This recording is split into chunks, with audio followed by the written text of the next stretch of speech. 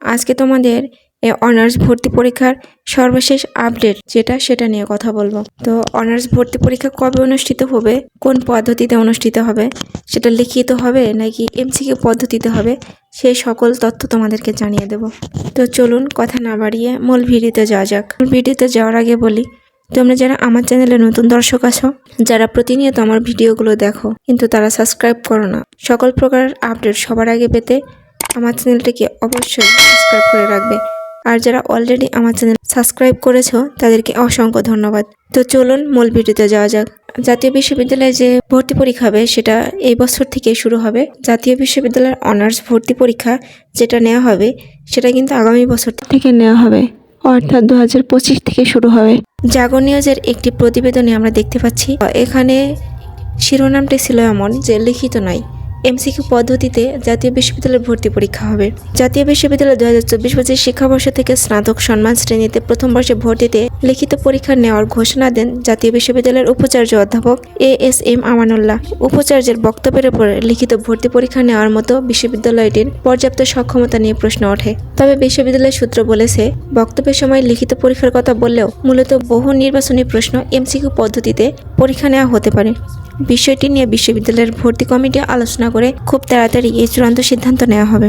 এদিকে বিশ্ববিদ্যালয়টির একাডেমিক কাউন্সিলের সভা অনুষ্ঠিত হয়। সেখানে আগামী শিক্ষাবর্ষে ভর্তি পরীক্ষা গ্রহণের বিষয়টি চূড়ান্ত হয়েছে। তবে আবেদন প্রক্রিয়া ভর্তি পরীক্ষার সময়সূচি এখনও চূড়ান্ত হয়নি। বিশ্ববিদ্যালয়ের উপাচার্য অধ্যাপক নুরুল ইসলাম জানান, ভর্তি পরীক্ষার আলোচনা এখনও প্রাথমিক পর্যায়ে। তবে হ্যাঁ, আমরা যে ভর্তি পরীক্ষা নেব এটা চূড়ান্ত।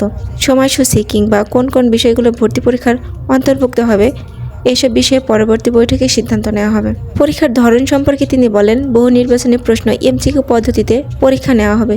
লিখিত পরীক্ষা গ্রহণের কোনো সুযোগ নেই, কারণ কয়েক লাখ শিক্ষার্থী প্রতি বছর জাতীয় বিশ্ববিদ্যালয়ের পরীক্ষা হয়। বিপুল সংখ্যক শিক্ষার্থীর লিখিত পরীক্ষা নিয়ে ভর্তি করানোর সময় সাপেক্ষ। উপাচার্য বলেন, জাতীয় বিশ্ববিদ্যালয়ের শিক্ষার্থীদের কোয়ালিটি নিয়ে সম্প্রতি প্রশ্ন ওঠায় আমরা মান নিশ্চিতের উদ্যোগ নিয়েছি। আমাদের উদ্দেশ্য হলো মানসম্মত প্রক্রিয়ায় শিক্ষার্থী ভর্তি করানো। জাতীয় বিশ্ববিদ্যালয়ের সর্বশেষ তথ্য মতে বিশ্ববিদ্যালয়টির অধীনে স্নাতক সম্মান কোর্স রয়েছে সারা দেশের 881টি কলেজ। এর মধ্যে সরকারি কলেজ 264টি এবং বেসরকারি কলেজ 617টি। 2022-23 শিক্ষাবর্ষে স্নাতক সম্মান শ্রেণীতে প্রথম বর্ষে ভর্তিযোগ্য মোট আসন ছিল 4,36,285টি। অন্যদিকে 2023-24 শিক্ষাবর্ষের ডিগ্রিতে পাশ কোর্স প্রথম বর্ষের ভর্তিযোগ্য আসন ছিল 4,21,990টি।